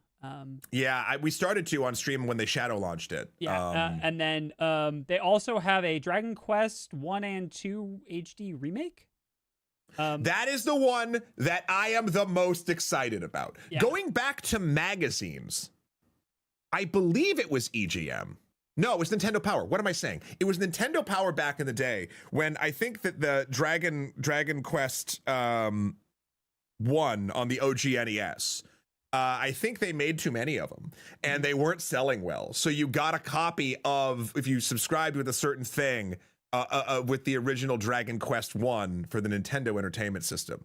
And that was the first time that young little me was like, I'm cheating the system. Like, my parents obviously bought the subscription for me, but it's like what I wanted for Christmas because you got this game. And I was like, there's no way. There's no way this is real. And that's when I fell in love with turn-based RPGs, to be perfectly honest. So to see, honestly, the Dragon Quest 1, and I never played 2, the love and the sort of like 2.5D kind of pixel art style that this is being treated with feels so correct to me. And I am beyond hyped to get this game, or these two games, remastered, because the Erdrick saga, I believe that's who the Hollowed Knight is. I have like the memory of it, but I have tried to go back and play the original NES as an adult, and obviously the magic is not quite the same. Sure. In in the 2020s. Absolutely. And this is something, got it. I'm so pumped for it. Yeah. Also, I mean, there's a bunch of good stuff, and I know a lot of this is cross system, and I'm sorry I keep scratching my nose. It's the cat hair now. Yeah. Zoe came in and decided that Matt's nose was the place for all of her extra hair. Yeah. Lodo in Japan. Ramian, very good, correct. It's Erdrick in US, Lodo in Japan. Shadow Labyrinth, the Pac-Man sort of spin-off, seems super interesting. The gritty Pac-Man reboot. So good. Patapon 1 and 2 seems cool. Obviously, Metroid Prime 4. I was looking forward to Witchbrook, and that was cool to see. The Eternal Life of Goldman seems like an interesting game. There's just a lot of like fun. Then Pokemon Legends ZA. No big deal. I think the ZA thing was kind of and also ran sort of announcement for a lot of us, because the Pokemon Day announcements covered ZA more extensively. Sure, but it was nice to see it sort of included here. Yep. Patapon. Monument Valley 1, 2, and 3. Marvel Comics Invasion. Another beat 'em up in the same style from the team that did Shredder's Revenge. Now they're doing a Marvel game. Yep. Dope. Yeah, Tomodachi and Tomogachi Life both got news, so that's good for like the cozy live service Nintendo crowd. Overall, huge announcements for game wise. So I think as the Switch 1 is sunsetting, I don't think I could have asked for a better, hey, this system is going to be going away soon. Not like going away, but like it's not going to be the main focus. Yep. And then they announced two things, both of which are very interesting for their own reasons. First up, they announced this thing. The virtual game card. Right. So I will admit, this is not without its drawbacks. But it does seem very interesting to me that they are specifically spending time and effort on the notion of lending digital games around and moving games between and this is the really important part that I think we're not fully, I think a lot of people have sort of whooshed on, between two consoles on the same account. It feels like this is a Switch 2 prep move. Because well, so a little bit of clarity there. It's not on the same account. It's in a group that's known as your Switch family that can be up to 10. There are two different shares. One of them is the way that you manage cards between up to two consoles that are logged into the same Nintendo account. And that's a big deal. And then the second one is the family thing, which is a group of people, and that's got more restrictions on it. But one of them is just how you manage which games on which console at the same time. And, like, you can just play them at the same time. It doesn't matter if they're both on at the same, like, as long as you... Yeah. Which both seem like a good, honestly, a really nice move. Like, that would be super helpful because, like, I have, weirdly, even right now, I have the OG Switch and the OLED Switch. Correct. So, and before you can't do that at all. And now with whatever update, that would be able to be done, which would be great. Yep. I think the virtual game cards, I'm wondering where that came from. I'm wondering from a it is a excellently pro-consumer move. But, and this isn't like trying to conspiracy theory or anything like that, but like, it's not necessary. I'm trying to think of the way that it makes Nintendo more money. And again, this is not a bad Nintendo wanting to make money. This is a, why is this happening? Like, is this sort of a prep thing that will help eventually, once the system is in place and iterated on and whatever, get the idea of just downloading your game as opposed to owning a physical thing? We're already kind of beyond it too with like cartridges too, because a lot of times you have to still update and install stuff, or the cartridge doesn't have the whole game or something like that on it. So I'm curious what, Will, you thought about that, and also what Brad and Janet were thinking about that. I like it. I don't think it doesn't apply to me virtually at all, except I guess I could join a family group with my roommate and lend her games. But we also just buy physical cartridges and swap them back and forth. So, but a lot of people don't. Like, for instance, like I was at dinner last night, and Night in the Woods came up. And while I do now have a physical copy of it, I didn't when I played it, and people were wanting to try it to see if they'd like to buy it, and I couldn't lend it to them. And now with the system, without the physical card, I could. And I think the way it works is it goes off your system for 2 weeks, and then it'll come back to you no matter what. Like, you can return it if you want, like the person who has it can return it sooner. But that's just, I don't know. That seems really, really nice.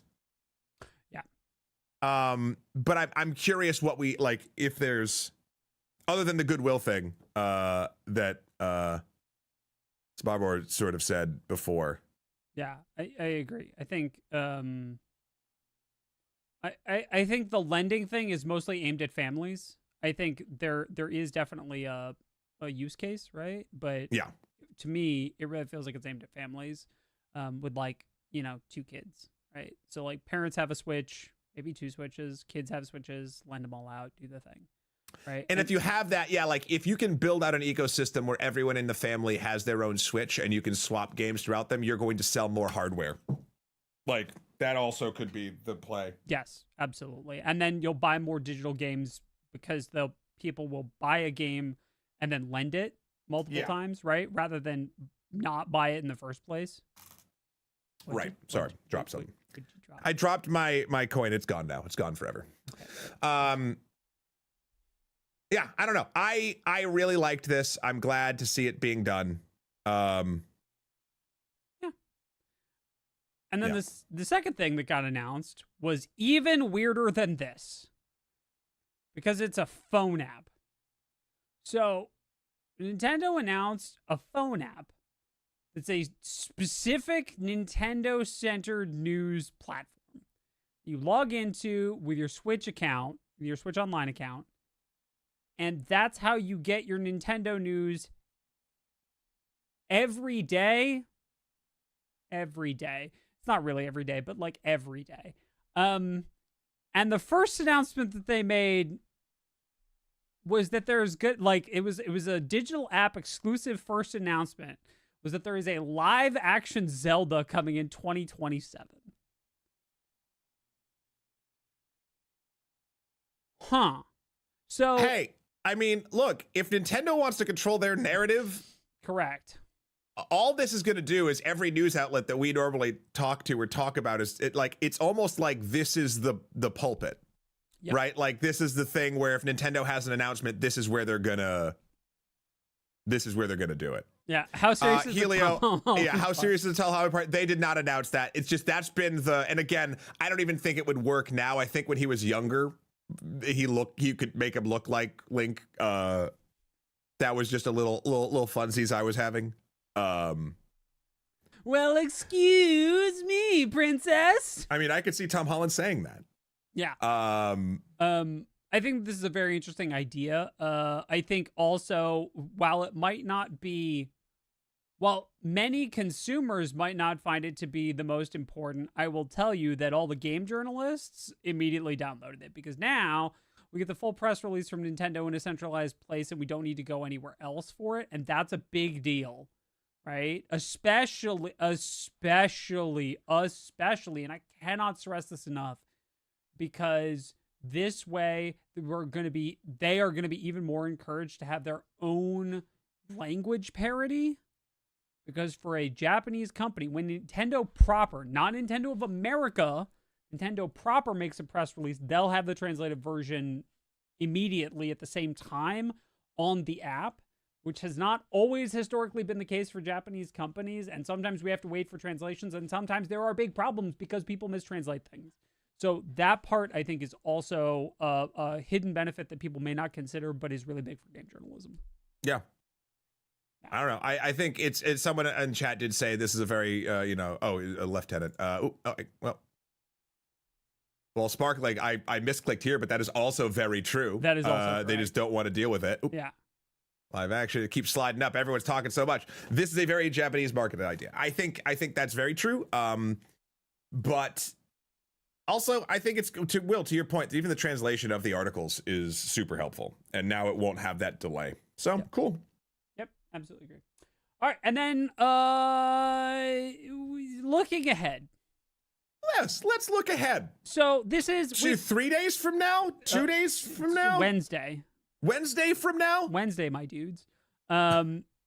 So we've talked a lot about the Switch 2 since it was but a glimmer in the eye of an engineer. And this is the last time we get to make predictions. That's true. So we thought we would wrap this up. And of course, we're going to be following up with the Switch 2 news next week. That'll be, I can't imagine a world where that's not the main story, but correct. Who knows? And maybe someone gets bodied on Twitter again. I have no idea. If everything works out, we might have a small scheduling conflict.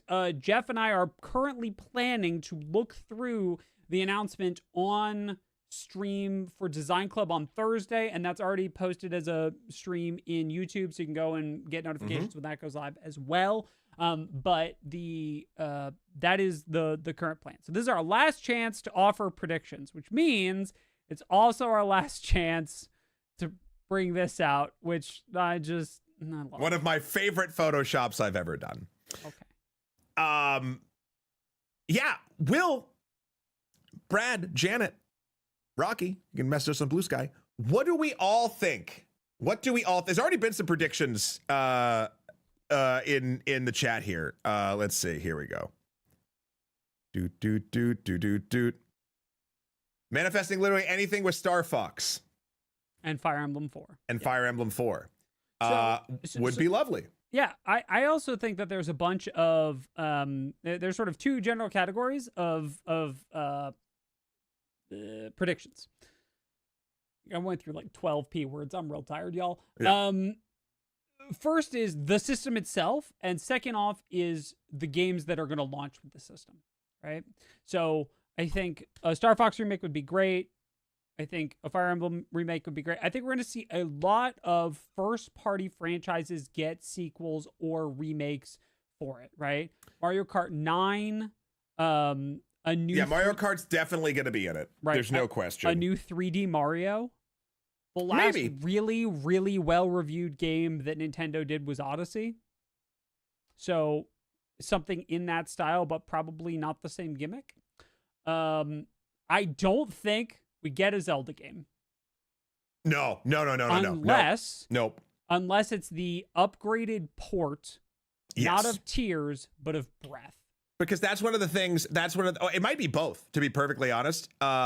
Because that was another thing that sort of leaked in the direct news cycle, which was, what was it called? It's called Nintendo. They were giving a specific name for the type of games that this basically in the virtual game card descriptions, it was trying to say, hey, you can only use this in 2 consoles that you own in this particular way. But they said, I have to find the exact thing. Nintendo watchers are pointing out the fleet of mentions of the Switch 2 edition games will only work on Switch 2 or something along those lines. And that's a new verbiage, meaning I bet you there's going to be either a free or a paid thing like they did, like, for instance, with like Death Stranding for the PS4. Runs great on the PS5. As I was reading the Ars Technica article in the show notes, they use it as an example. But you can pay $10 more to get the PS5 version if you already owned the PS4 version. So there's like probably an option somewhere around that. That's one of my predictions, that there will be on day one a series of high profile games that maybe the Switch, the original one, might struggle with on occasion, that then just makes it prettier. Basically, and run better. Well, and I think they also have an opportunity to do the thing that they did with the Game Boy, right? So I don't know. I know that's old for many of you. So let me let you know. So the original Game Boy, the big gray brick, had the cartridges were not perfectly square. They had a little notch, and that little notch was because the OG Game Boy had a switch that held it in. It had like a retaining clip. So when you turned it on, it automatically retained the game, so you could pull it out while it was on. It was sort of a safety feature. When they moved to the Game Boy Color, they removed that notch, which meant that a Game Boy Color could play all original Game Boy games, but an original Game Boy couldn't try and play Game Boy Color games because it didn't have the notch, so it wouldn't actually turn on. And then later on, they used the same slot functionality for the Advance, so you could put Game Boy and Game Boy Color games in the Advance to play them that way.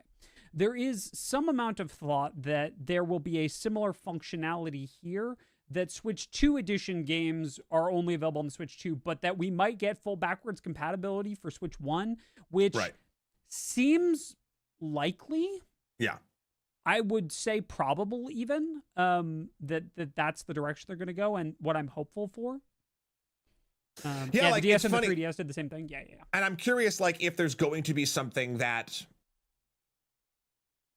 at the very least can like up frame rate in games that kind of choke a little bit too, right? Like, who knows? Just because it will be a more powerful machine.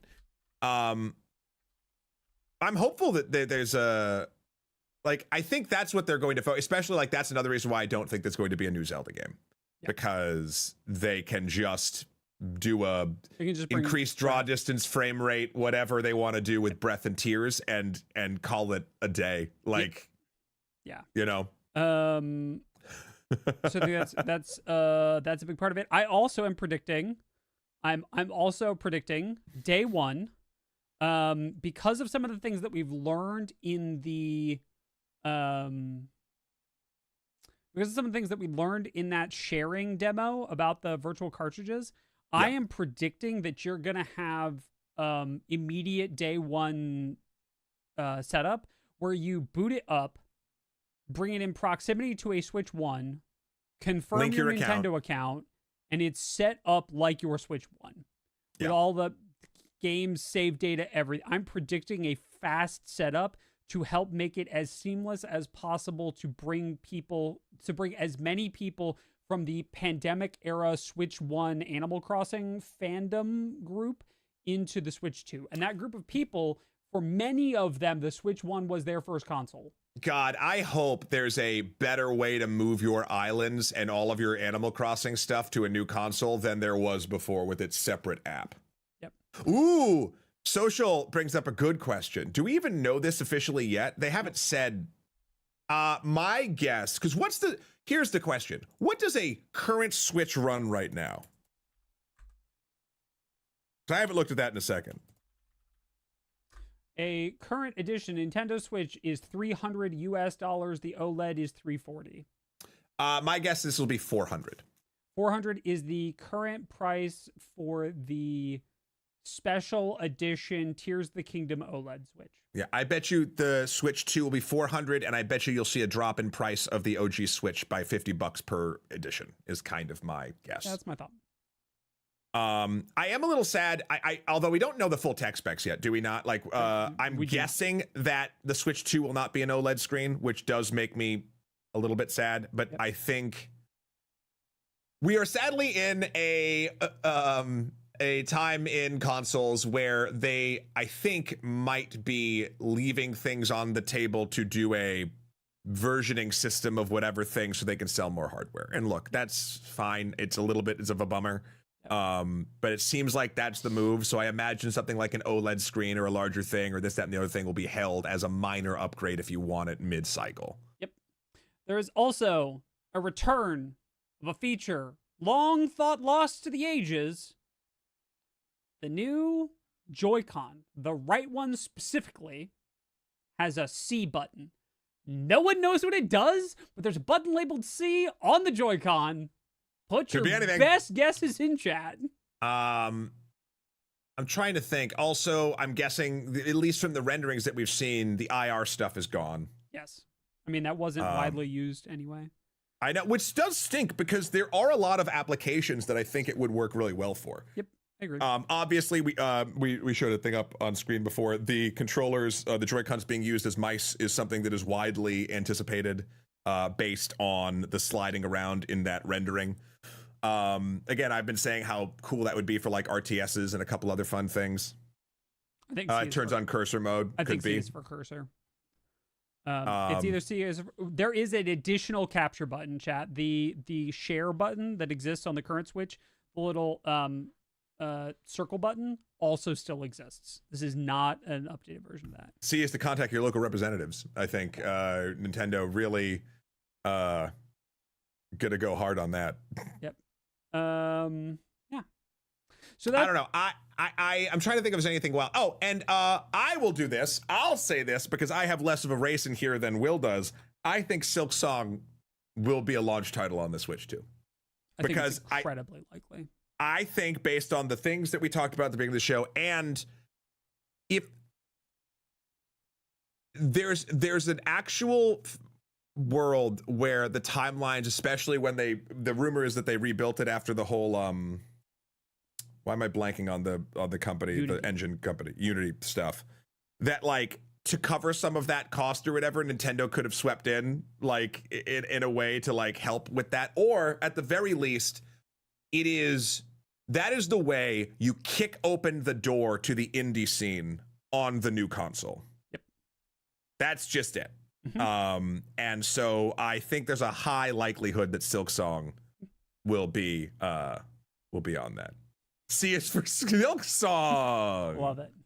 Yeah. I think that those are good speed of predictions. I'm super excited for Wednesday. I will be watching that direct with much anticipation. And like I said, we're planning on doing a deep dive into it on Thursday with Jeff, if we can make the scheduling work, and if not, you'll get all of our thoughts on this next Monday. Mm-hmm. Yeah.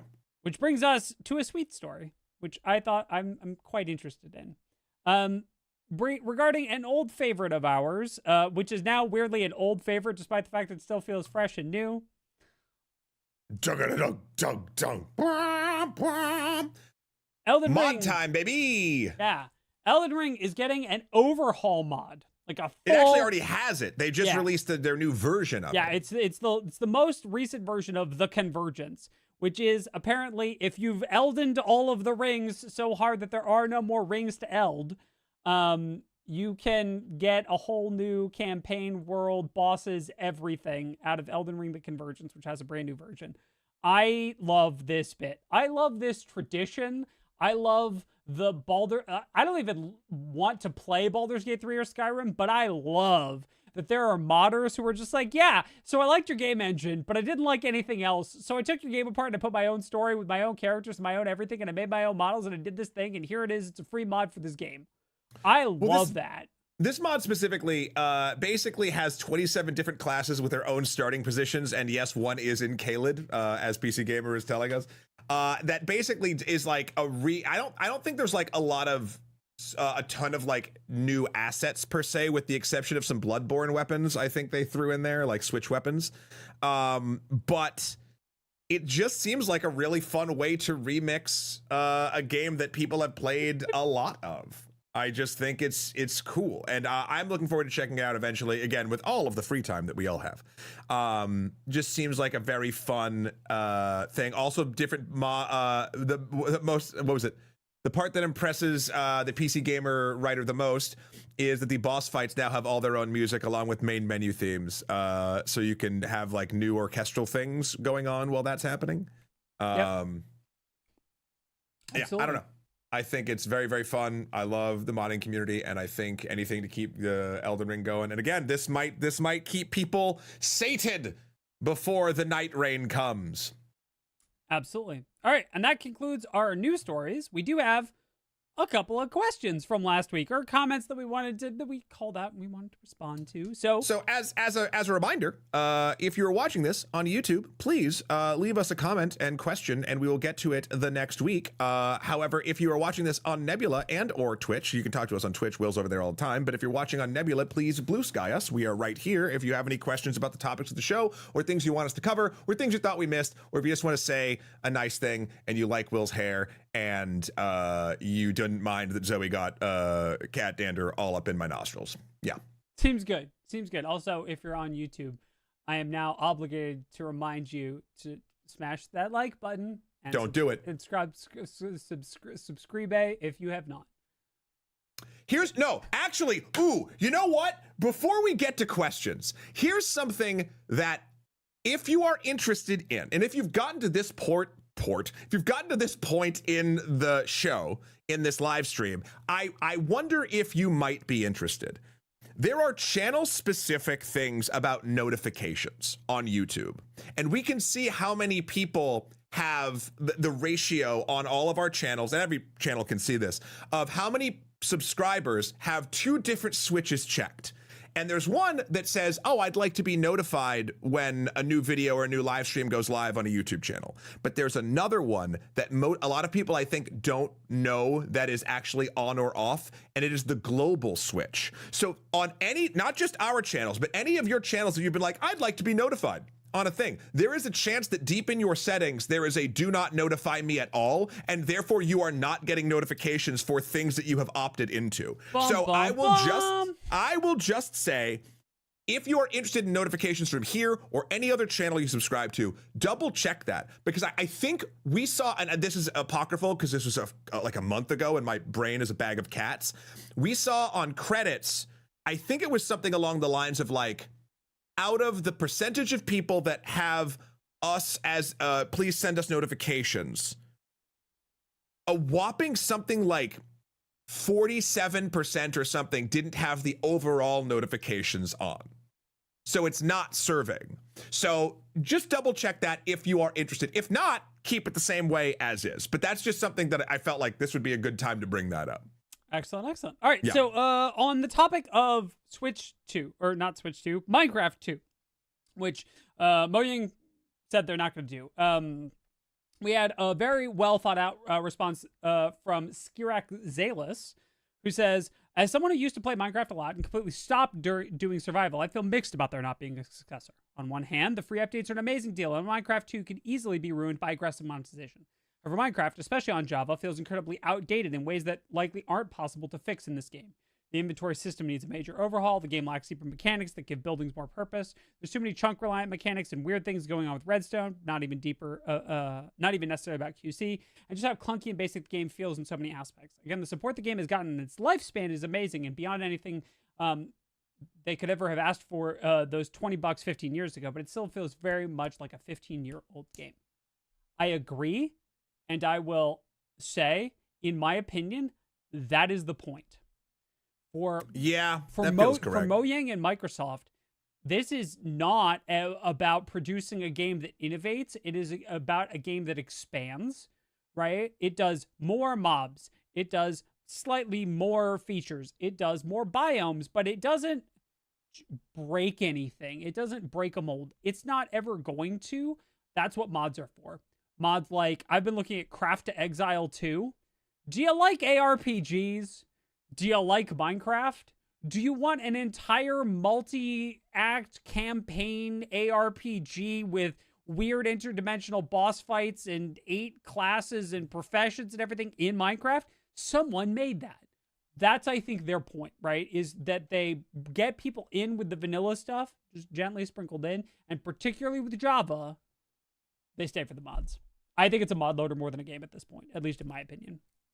Yeah, and that's not to take any thing out of Skilrazius is comment because like it all depends on what you want too, right? Yeah. Like if you're looking for something new or whatever, that could be disappointing based on the fact that Minecraft 2, there's not going to be a Minecraft 2, at least right now, and that they aren't going to go in that direction. We all can totally be excited and or disappointed by that, depending on what we want out of it. All of your points are very valid, but I do agree with Will. I think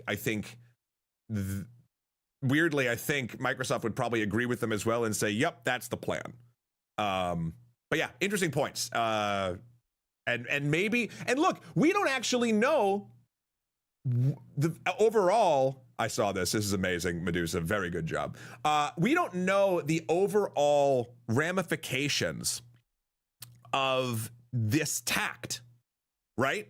Like it's holding on strong right now, but we've seen in the past it just takes another thing to hit and hit hard to move things around. But like again, we won't know until we see it. Like, is this long game going to play out well? Right now, it seems like yes, but who knows? Yeah. Okay.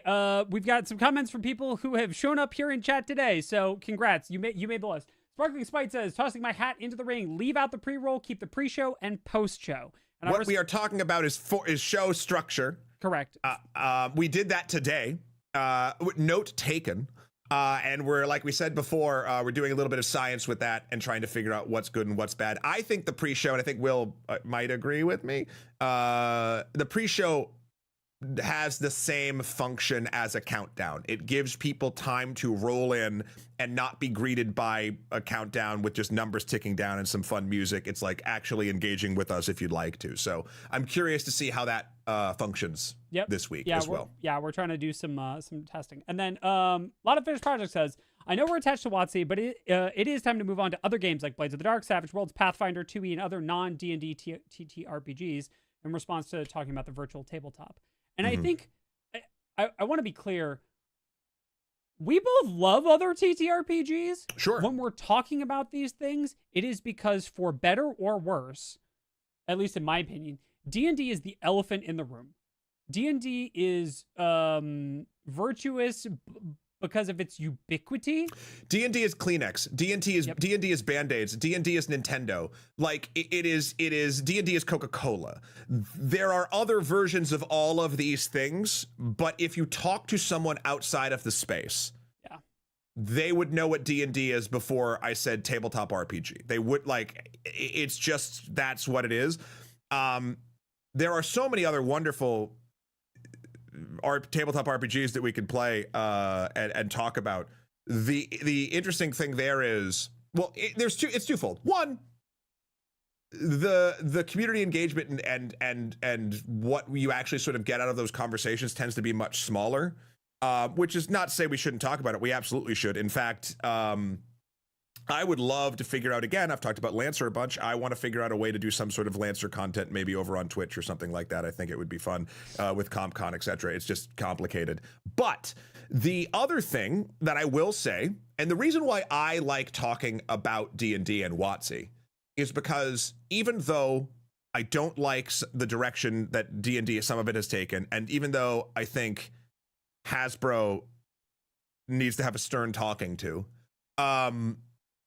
I deeply love Dungeons and Dragons. Like, is D&D 5e or any edition the best tabletop role-playing system in the world? Absolutely not. But I will say that it has the ubiquity of it allows you to be a jack of all trades and master of none. And I think that is its strength. Yeah. And I, from a player and DM and or GM perspective, appreciate the ubiquity of it, because not only will the most people in the space kind of understand it right off if I need people to click very quickly, but it also does honestly just bring more eyeballs. I agree. Which allows us to do all of these things. So I think that in a perfect world, I'll say this straight up, I would love to do more actual play stuff on the Twitch channel specifically. D&D will probably always have a part in that, but if there's a movement in that vein, that's going to be a, high tide raises all ships kind of thing. And I don't just want to do or talk about Dungeons and Dragons. I would like to talk about other interesting things and other things. I would love to do dead systems. I would make dark pacts with various malevolent powers. Yes. Go on. Start the bloodletting. If we could run a Rifts game. Yeah. That is a game that the system is trash and old and very 80s, but I love the world, and that's what I kind of cut my teeth on coming up, and I would absolutely lose my ish if I got to do something in that space. If there's ever a day when I don't have to produce, so if you've never been to one of them, I'm never on screen during live plays because I'm running the cameras and the tech and the everything, because I'm the one that knows how to do those things because that's my job. If there's ever a world where I can make that more or less automated, I want so badly to finish my hack of Dogs in the Vineyard, which is another dead one-off system, and run a game of that, which is the pitch is imagine Shakespeare but as a tabletop, sort of weird with like combat escalation and stuff. Yeah. Like, and I think we're very much on the field of like we want there to be more of those things, and we're definitely down to make there be more of those things. But in the meantime, D&D is what's in the news cycle. If there's news about Lancer in the news cycle, I'll gladly talk about it. Or, Blades or Pathfinder or whatever, right? And we have talked about Pathfinder in the past. It's probably the second biggest dog in that room. I like Lot sort of finishing up. It's not feeding the indie. I think not feeding indie RPGs keeps them from growing if you'd like to do them as one-shots. Right. Like, it's that lovely sort of catch-22 about content creation, where I never want to talk about or do a project based on something that I don't like or love, really. Like, and that's why I think I'm comfortable still doing D&D stuff, because I do truly love it. But also how, in my opinion, it's all about time management, how you get more people in the door for it. Like, let's even just talk about our community or what we're able to put out there. Doing a bunch of D&D one-shots and then all of a sudden doing something else, which we will eventually get to, is going to be a much faster growth, I guess, proposal than just starting with a bunch of different disparate systems. Yep. Because again, at the end of the day, I truly believe this.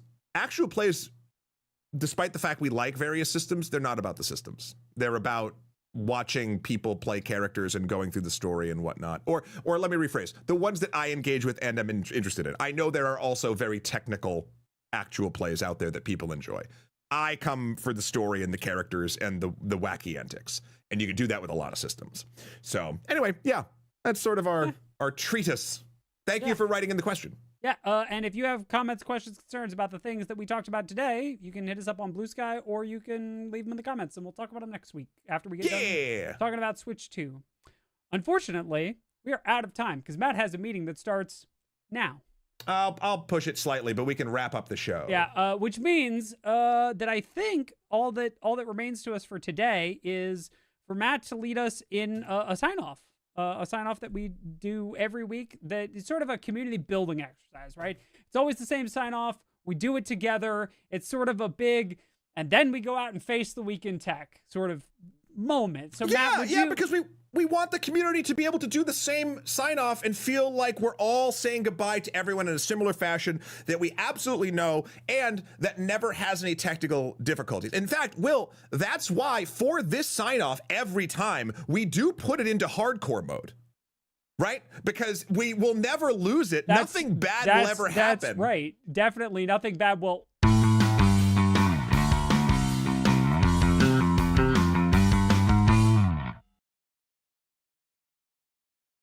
I expected you to give me more lead up to that. I was not ready. No, you could have. I was prepared to just keep rambling. No, I know. But you hit it nice and quick. No, I was like, all right, cool. That is, by the way, that is one of Matt and my's greatest assets doing this show, is that at this point we have exactly one brain cell and it is in superposition in both of our noggins at the same time. It is very useful. So fun. So fun. Yeah. Thanks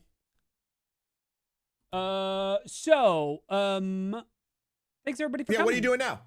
Coming up next, we're doing robot philosophy. I played Talos Principle 1 and everyone loved it. I have Talos Principle 2 all loaded up. We're going to play that today and probably on Wednesday. So we're going to take down YouTube, and then we'll... You're taking down YouTube? Yes, all of YouTube. Wow. So that's going to be happening over on the Twitch channel, YouTube. If you'd like to come join us, twitch.tv/extra credits. Otherwise, we will see you on Thursday for our recap of the Switch 2 announcement with me and Jeff. And that's going to be more of a... Weirdly, we're going to pick apart the announcement more than we're going to talk about the system, I think. We'll talk a bit about the system, but most of the system talk is going to be here next Monday, I imagine. Cool. So everybody say bye to YouTube. Well, I'll say goodbye to Janet, but Janet, thank you so much for hanging out and being with us. Also, of course, Brad, and even though Rocky can't hear this, I thank them as well. Yeah. This has been lovely again. And I can't wait for it to be lovely next week. Exactly. All right.